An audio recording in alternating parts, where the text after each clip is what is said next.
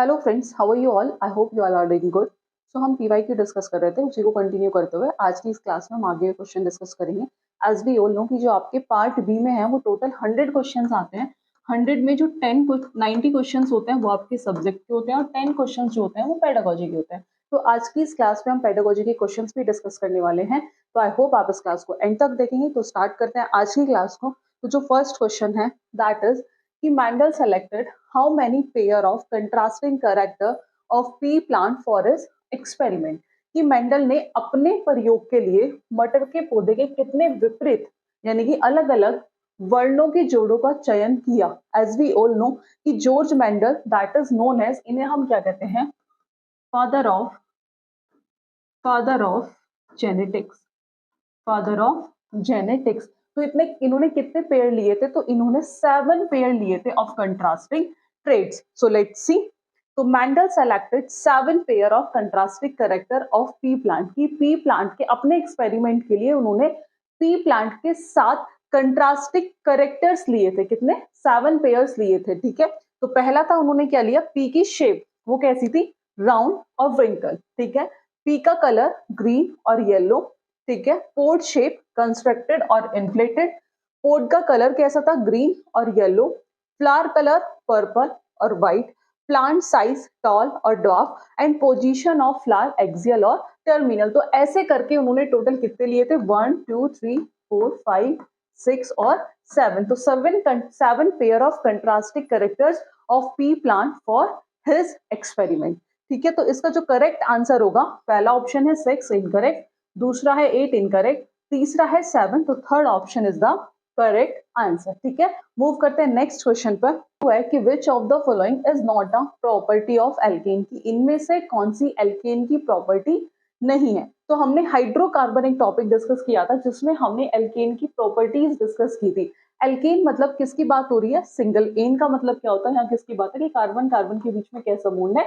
Single bond है। Is that clear? और जो एल्केन्स है उनकी रिएक्टिविटी क्या होती है? उनकी रिएक्टिविटी लो होती है, वो कलरलेस होते हैं, ऑर्डरलेस होते हैं। अगर उनके जनरल फॉर्मूले की बात की जाए तो उनका जनरल फॉर्मूला होता है CnH2n+2। तो ऑप्शन देखते हैं। तो पहला ऑप्शन है दे हैव हाई रिएक्टिविटी। तो एज वी ऑल नो कि एल्केन की जो रिएक्टिविटी होती है वो लो होती है, हाई नहीं होती। तो फर्स्ट ऑप्शन ही क्या हो गया? करेक्ट हो गया, क्योंकि पूछा है कि इनमें से कौन सी प्रॉपर्टी एल्केन की नहीं है। फिर भी रेस्ट ऑफ द ऑप्शन देखते हैं। दूसरा है they are orderless. Yes, orderless भी होते हैं। दे आर कलरलेस, तो ये भी सही है, कलरलेस है। लास्ट है the general formula of alkene is CnH2n+2। तो जो जनरल फॉर्मूला होता है एल्केन का वो होता है CnH2n+2। तो जो फर्स्ट ऑप्शन है that is the correct answer, क्योंकि पूछा है कि इनमें से कौन सी एल्केन की प्रॉपर्टी नहीं है। मूव करते हैं नेक्स्ट क्वेश्चन पर। क्वेश्चन नंबर 33 है मैनी इनवर्टिब्रेट्स जैसे प्लेनेरिया और कुछ वर्टिब्रेट्स जैसे lizard replace lost body parts bye, कि उनके जो बॉडी पार्ट्स हैं वो रिप्लेस हो जाते हैं किस प्रोसेस के थ्रू? तो एज वी ऑल नो वो किसके थ्रू होते हैं? वो होते हैं रीजनरेशन के थ्रू। किसके थ्रू होते हैं? रीजनरेशन के थ्रू। क्या होता है रीजनरेशन? तो रीजनरेशन एक ऐसा प्रोसेस होता है जिसमें होल ऑर्गेनिज्म जनरेट हो जाता है उसके बॉडी पार्ट से, जिसे हम कहते हैं that is known as regeneration. जैसे प्लेनेरिया का एग्जाम्पल लिया था, और ये प्लेनेरिया का क्वेश्चन DSSB में हर बार और हर तरीके से, मतलब डिफरेंट डिफरेंट तरीके से पूछा गया है। जैसे ये क्या है? एक पेरेंट प्लेनेरिया है। ठीक है। तो इसके क्या कर दिए? फ्रेगमेंट्स कर दिए, और फ्रेगमेंट करने के बाद इनसे क्या बन गया? Daughter planaria. तो जब हमने प्लेनेरिया की बॉडी को क्या कर दिया? कट कर दिया पीसेस में। ठीक है। तो उसके बाद जो हर और एक ईच एंड एवरी पीसेस जो था बॉडी का वो रीजनरेट हो गया, और उसने क्या फॉर्म किया? एक न्यू प्लेनेरिया क्या कर दिया? फॉर्म कर दिया। और इसी को हम क्या कहते हैं? इसी को कहते हैं रीजनरेशन। ठीक है। और it is known as process of renewable restoration and growth. इसे और क्या कहते हैं? That is also known as renewable restoration and growth. Is that clear? Move करते हैं नेक्स्ट क्वेश्चन पर। क्वेश्चन नंबर 34 है leishmania is a parasitic protozoa. Leishmania as we all know एक पैरासिटिक प्रोटोजोआ है विच कोज डैश डिसीजेस। जो कौन सी disease कोज करता है? तो जो कोज करता है वो करता है काला अजर। ठीक है। तो लेट्स सी ऑप्शन। तो जो आपका थर्ड ऑप्शन है काला अजर इज द करेक्ट आंसर। अगर मैं बात करूं फर्स्ट ऑप्शन की दैट इज स्मॉल पॉक्स, तो स्मॉल पॉक्स किसके थ्रू कोज्ड होता है? ये होता है variola virus. Variola virus. Dengue, dengue किससे होता है? तो डेंगू होता है, ये कौन से मॉस्किटो से होता है? तो ये होता है एडिस इजिप्ट मॉस्किटो। किससे होता है? Aedes aegypti mosquito. ठीक है, काला अजहर हो गया। आफ्टर दैट मलेरिया, तो मलेरिया किससे होता है? ये होता है फीमेल एनोफिल्स मॉस्किटो। जब infected female Anopheles mosquito bite करती है, एनोफिल्स मॉस्किटो, तब क्या कॉज होता है? मलेरिया। ठीक है, मूव करते हैं नेक्स्ट क्वेश्चन पर। Question number 35 is biomagnification of which of the following can lead to disturb calcium metabolism and ultimately thinning of eggshell of bird। कि इनमें से कौन सा बायोमैग्निफिकेशन कैल्शियम मेटाबॉलिज्म को क्या करता है? डिस्टर्ब करता है और साथ ही साथ पक्षियों के अंडे के छिलकों का पतला हो सकता है। तो इनमें से किसके थ्रू? तो पहला है लेड, दूसरा है DDT that is dichloro diphenyl trichloroethane, zinc, और लास्ट इज मरकरी। तो सबसे पहले हमें बायो मैग्निफिकेशन क्या है? तो बायो मैग्निफिकेशन को हम कहते हैं बायो एम्प्लीफिकेशन और बायोलॉजिकल मैग्निफिकेशन, जिसमें क्या होता है सब्सटेंस की जो कंसंट्रेशन है वो क्या हो जाती है? इंक्रीज हो जाती है। तो biomagnification is also known as bioamplification और biological magnification is the increase in concentration of a substance, जिसमें सब्सटेंस की कंसंट्रेशन क्या हो जाती है? इंक्रीज हो जाती है। ठीक है, तो इसमें से पूछा कि कौन सा है? तो दैट इज जो करेक्ट ऑप्शन होगा वो आपका सेकंड होगा, that is DDT, that is dichloro diphenyl trichloroethane. जब हाई कंसंट्रेशन होगी किसकी? डीडीटी की। High concentration of DDT through किसके थ्रू? Through biomagnification, through biomagnification. ठीक है, तो can lead to disturb calcium metabolism, जो किसे? कैल्शियम मेटाबॉलिज्म को क्या करेगा? डिस्टर्ब करेगा बर्ड के अंदर, इन बर्ड्स। ठीक है, तो क्या होगा कि जब हाई कंसंट्रेशन होगा, high concentration of DDT through biomagnification disturb calcium metabolism, disturb calcium metabolism, disturb calcium metabolism in birds, disturb calcium metabolism in birds, which cause thinning of egg cell, which cause thinning of egg shell। ठीक है, जो आपका second option होगा that is the correct answer. Next question, question number 36 is which of the following statement is correct, कि इनमें से कौन सी statement सही है? तो पहला है 42 pair of spinal nerves emerge from the brain, sorry emerge from the spinal cord. दूसरा है 21 pair of spinal nerve emerge from the spinal cord. तीसरा है 12 pair of cranial nerves emerge from the brain. Fourth is 32 pair of cranial nerves emerge from the brain. तो fourth option तो नहीं हुआ, क्योंकि कितने पेयर्स होते हैं? 12 पेयर्स होते हैं कार्नियल नर्व्स के, जो कहां से इमर्ज होते हैं? From the brain. तो जो आपका थर्ड ऑप्शन होगा that is the correct answer. तो सबसे पहले हम बात करेंगे किसकी? क्रैनियल नर्व्स की। तो क्रैनियल नर्व्स क्या होती है? That is a group of nerves. Cranial nerves क्या होती है? ये ग्रुप होती है नर्व्स का, जो अराइज कहां से होती है? जो अराइज होती है हमारे ब्रेन से, अराइज फ्रॉम द ब्रेन। जो क्रैनियल नर्व्स होती है मेनली दो टाइप्स की होती है। ठीक है, दो टाइप्स ऑफ कंडक्टिव नर्व्स, एक होती है क्रैनियल नर्व्स और दूसरी होती है स्पाइनल नर्व्स। जो क्रेनियल नर्व्स है वो अराइज कहां से होती हैं? वो होती हैं ब्रेन से। और जो स्पाइनल नर्व्स हैं वो कहां से अराइज होती हैं? वो होती हैं स्पाइनल कोड से। और ये जो पार्ट है किसका है? ये पेरिफेरल नर्वस सिस्टम का पार्ट है, जो हेल्प करता है in the transmission of information from the brain. ठीक है, जो इंफॉर्मेशन को ट्रांसमिट का काम करता है, ट्रांसमिशन का काम करता है। तो there are total 12 pair of nerves जो हमारे ब्रेन से अराइज होते हैं और ब्रेन स्टेम से जो सिग्नल को कैरी करते हैं from the brain to different part of the body, mainly कहां से? Head and, mainly to the head and neck. तो कितने पेयर है टोटल? 12 पेयर्स हैं। किसके? 12 पेयर ऑफ क्रैनियल नर्व्स। जैसे आपको डायग्राम्स में दिख रहा होगा ये 12 पेयर है। तो जैसे ऑल्फैक्टरी, ऑयलोमीटर, ट्रोकुलर। ठीक है, तो ये कितने हैं? ये दो टोटल 12 पेयर है। जैसे ऑप्टिक, ट्राइगेमिनल, फेशियल, तो डिफरेंट क्या है? ये 12 पेयर है किसके? क्रैनियल नर्व्स के। मूव करते हैं नेक्स्ट क्वेश्चन पर। Question number 37 is how many enzymes are there present in pancreatic juice, कि पैनक्रियाटिक जूस में कितने एंजाइम्स प्रेजेंट होते हैं? तो टोटल 6 एंजाइम्स जो हैं प्रेजेंट होते हैं पैनक्रियाटिक जूस में। कितने? 6 enzymes.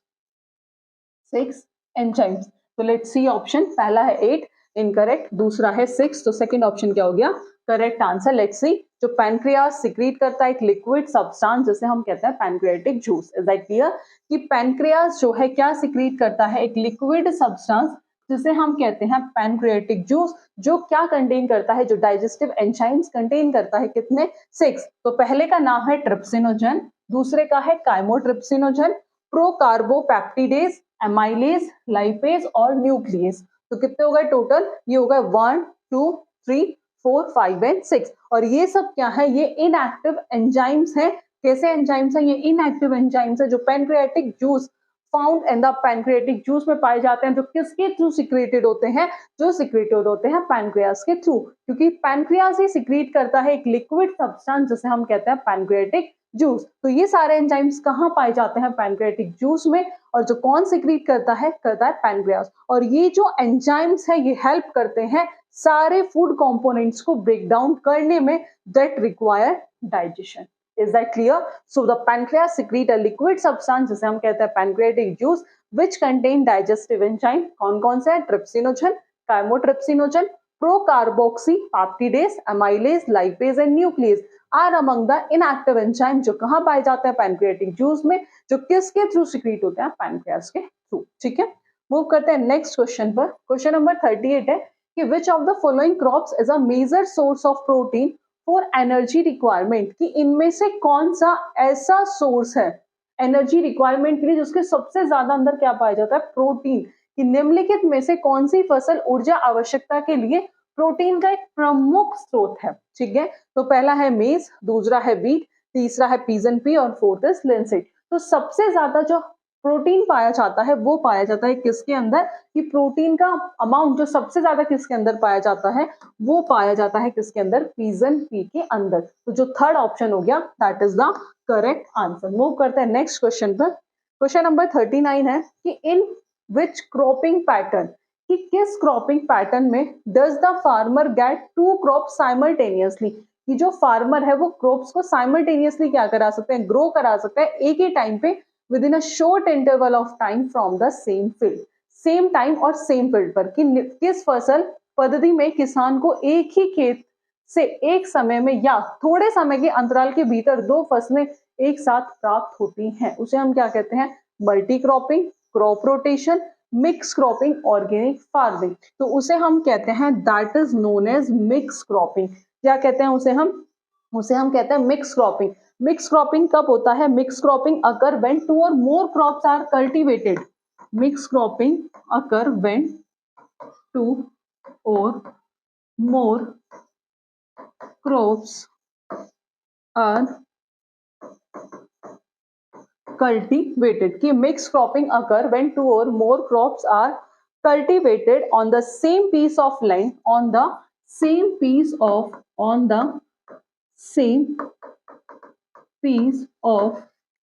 land at the same time, is that clear, at the same time। ठीक है, तो इसका जो थर्ड ऑप्शन हो गया that is the correct answer. इसमें एग्जांपल ले सकते हैं व्हीट एंड राई।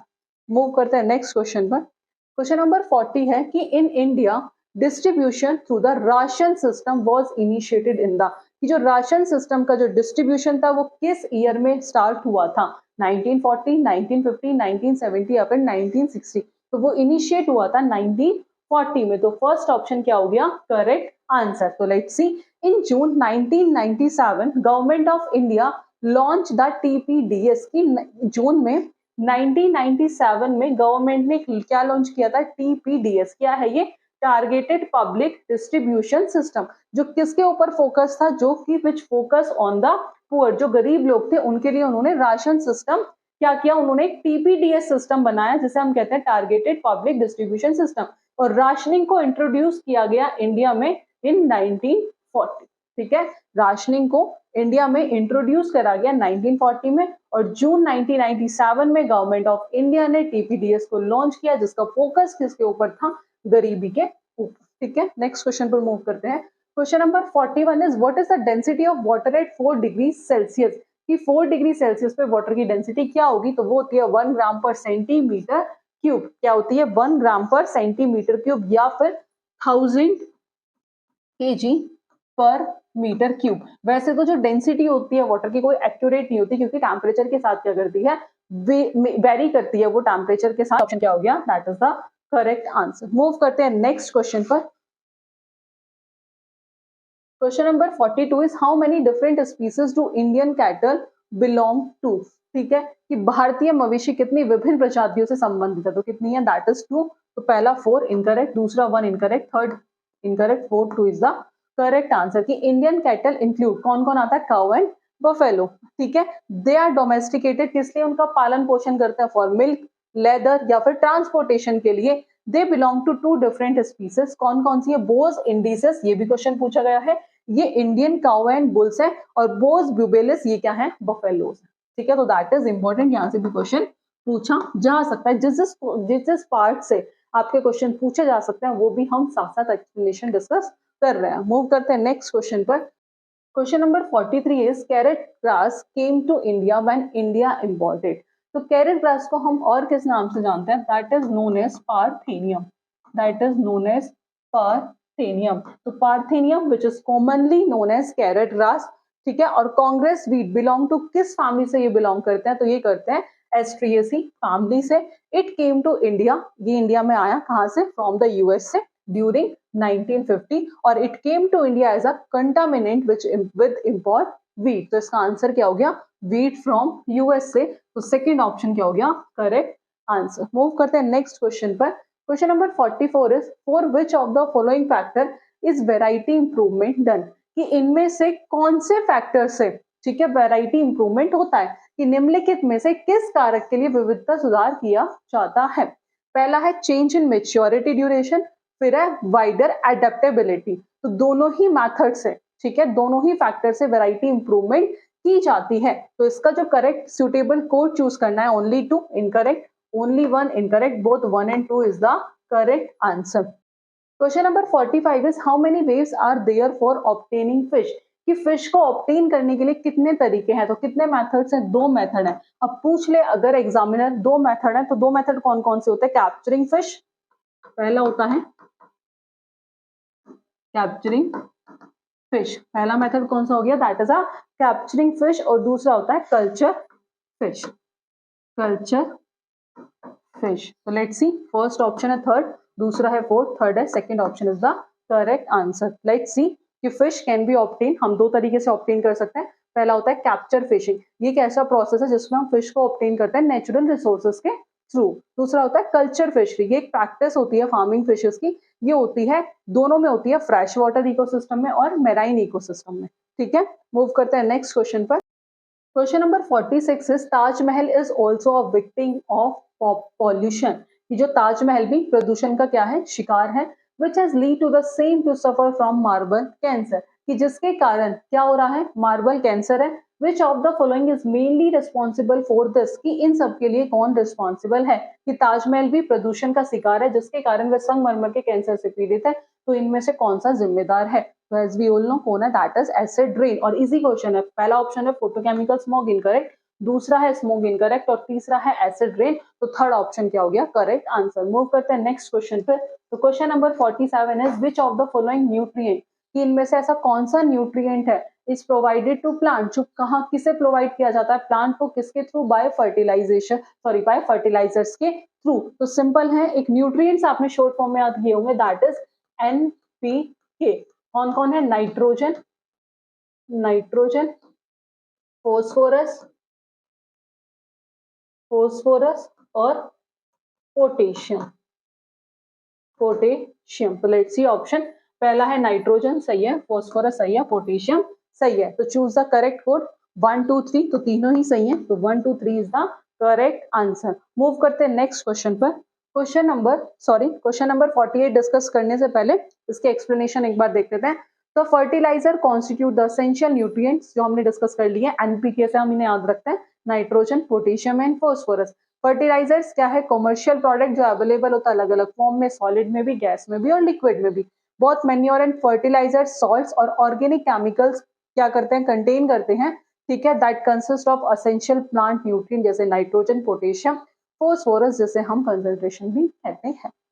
ठीक है, तो क्वेश्चन नंबर 48 देखते हैं, विच ऑफ द फॉलोइंग, इनमें से ऐसा कौन सा प्रोसेस है of separation of solid from the liquid by allowing the former to settle down and pouring of the later, कि निम्नलिखित में से कौन सा तरल से ठोस को अलग करने की प्रक्रिया है जिससे तरल को स्थिर होने और बाद में डालने का कार्य होता है। तो पहला है टाइट्रेशन, तो टाइट्रेशन तो नहीं है, फिल्ट्रेशन भी नहीं है।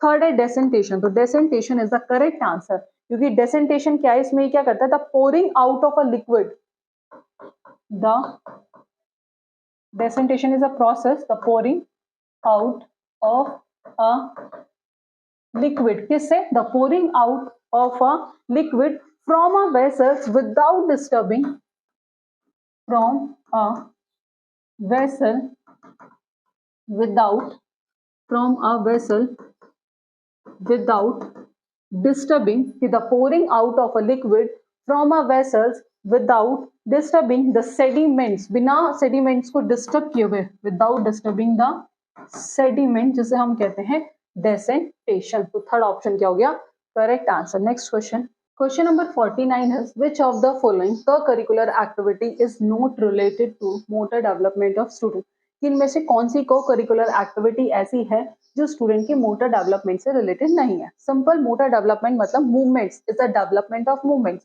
थर्ड ऑप्शन होगा, that is the correct answer, क्योंकि पूछा है कि कौन सा ऐसा को करिकुलर एक्टिविटी है जो मोटर स्टूडेंट के मोटर डेवलपमेंट से रिलेटेड नहीं है। ठीक है, तो third option is the correct answer. Next question, question number 50 is, which of the following is not a process by which children learn, कि इनमें से ऐसा कौन सा प्रोसेस नहीं है, कि निम्नलिखित में से कौन सी प्रक्रिया वह प्रोसेस नहीं है जिसके द्वारा बच्चे सीखते हैं। तो इमिटेशन, इमिटेशन मतलब दूसरों की कॉपी करके सीखना, और जब बच्चा दूसरे की कॉपी करके सीखता है जिसे हम सोशल लर्निंग भी कहते हैं और ऑब्जर्वेशन लर्निंग भी कहते हैं, और ऑब्जर्वेशन से भी बच्चा सीखता ही है। तो इसका आंसर आप हमें कमेंट बॉक्स में बताएंगे। मूव करते हैं नेक्स्ट क्वेश्चन पर। क्वेश्चन नंबर 51 है, इन विच ईयर, कौन से ईयर में did year Thorndike develop the theory of, उन्होंने कौन सी थ्योरी दी थी, ट्रायल एंड एरर लर्निंग। तो वो कौन से ईयर में दी थी, तो उन्होंने जो वो थ्योरी दी थी वो दी थी 1913 में, 1913। तो पहला है 1911 इनकरेक्ट, 1912 इनकरेक्ट, 1930, तो थर्ड ऑप्शन क्या होगा, that is the correct answer. Next question, question number 52 है कि which of the following statement is correct statement regarding CCE, that is continuous comprehensive evolution. तो CCE के रिगार्डिंग इनमें से कौन सी स्टेटमेंट सही है, तो पहला है it includes only the summative evolution, कि इसमें सिर्फ समेटिव इवोल्यूशन ही होता है, तो इसमें फॉर्मेटिव भी होता है, तो ये तो हो गया इनकरेक्ट। दूसरा है it's full form is complete and continuous evolution, that is incorrect. तीसरा है it is use to promote all round development of the student, yes ये सही है कि ये किस लिए यूज किया जाता है, ताकि स्टूडेंट का क्या हो सके, सारा ऑल राउंड डेवलपमेंट हो सके, तो ये है सही। एक बार लास्ट ऑप्शन देख लेते हैं, it's however can not determine the process of learning, कि हालांकि ये सीखने के प्रोसेस को निर्धारित नहीं कर सकता है, तो ये भी हो गया इनकरेक्ट। तो जो थर्ड ऑप्शन है that is the correct answer, यही एक करेक्ट स्टेटमेंट है। तो CC क्या था, कॉन्टिन्यूअस एंड कॉम्प्रिहेंसिव इवोल्यूशन, ये किसको प्रमोट करता है, कि जिसमें बच्चे का क्या हो, ऑल राउंड डेवलपमेंट हो स्टूडेंट का। CCE has been introduced as a school based system of evaluation by the CBSE in 2009 with the enactment of the RTE, that is right to education, और CCE describe दो different type of assessment, that is formative and summative। ठीक है, next question, question number 53 है, which of the following chapters of the right to education act, इनमें से बताना है कि कौन से चैप्टर है, which of the following chapter of the right to education act 2009 provide for the duties of appropriate government, local authority and parents, that is third, fourth, fifth, sixth, बताना है इनमें से कौन सा सही है। तो ये है चैप्टर थर्ड, चैप्टर थर्ड। अगर मैं सेक्शन की बात करूं तो सेक्शन आएंगे 6 to, सेक्शन की बात करूं तो चैप्टर थर्ड और सेक्शन है 6 से 11। ठीक है, सेक्शन कितने हैं, that is 6 to 11। Is that clear? तो जो फर्स्ट ऑप्शन होगा that is the correct answer, की चैप्टर थर्ड और section 6 to 11 of the RTE 2009 provide for the duties of appropriate government, local authority and parent. ठीक है, move करते हैं next question पर। क्वेश्चन नंबर 54 है कि which of the following section of the RTE 2009 provide for the constitution of state adversary counselling, कौन से section में?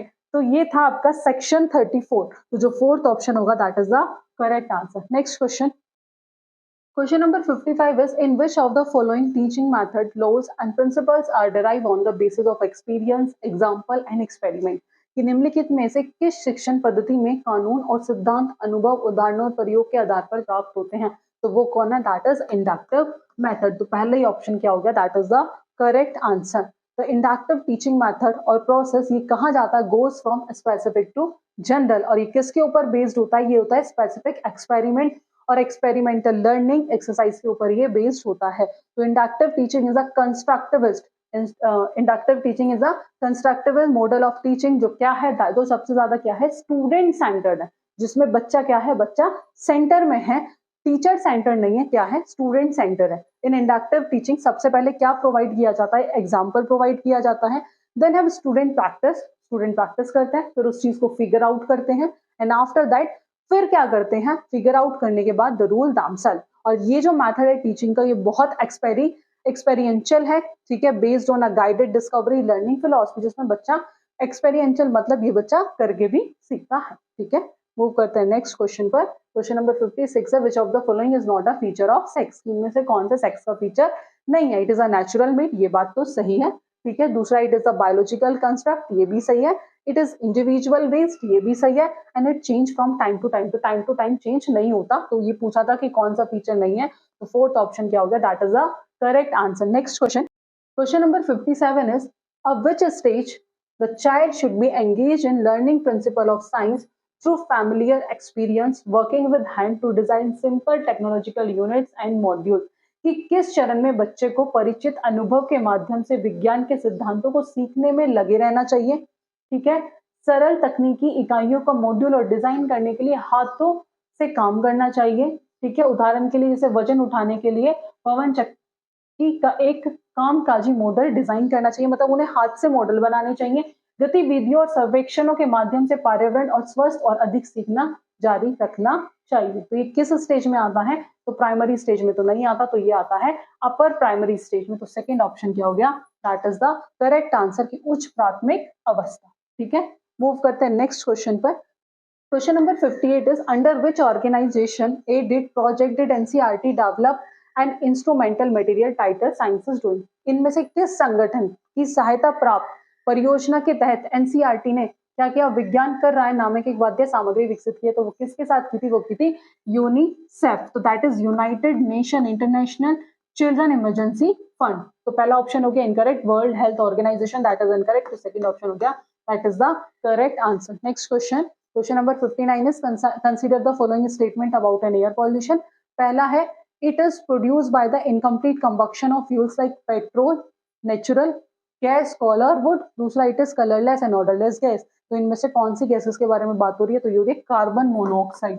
किसके बारे में? Carbon monoxide. लेट्स सी, पहला है SO2 incorrect, NO2 incorrect, carbon monoxide is the correct answer. Next question and last question, which of the following part of living organism, इनमें से कौन सा पार्ट है ऐसा लिविंग ऑर्गेनिज्म का जो यूवी रेज को एब्जॉर्ब करता है और इट्स उसकी जो हाई एनर्जी है break the chemical bond with in these molecule, तो वो है that is DNA and protein. तो पहला ऑप्शन क्या हो गया? Correct answer. तो आज की क्लास में भी हमने 30 क्वेश्चंस डिस्कस किए हैं। तो इस पेपर के हम टोटल क्वेश्चंस डिस्कस कर चुके हैं। आई होप आपने प्रीवियस वीडियोस भी देख ली होंगी। तो आज की क्लास में भी हमने 30 क्वेश्चंस डिस्कस करे हैं, जिसमें हमने पेडागोजी के क्वेश्चंस भी डिस्कस कर लिए हैं। तो आज की क्लास में इतना ही, मिलते हैं नेक्स्ट क्लास में नेक्स्ट टॉपिक के साथ। Thank you.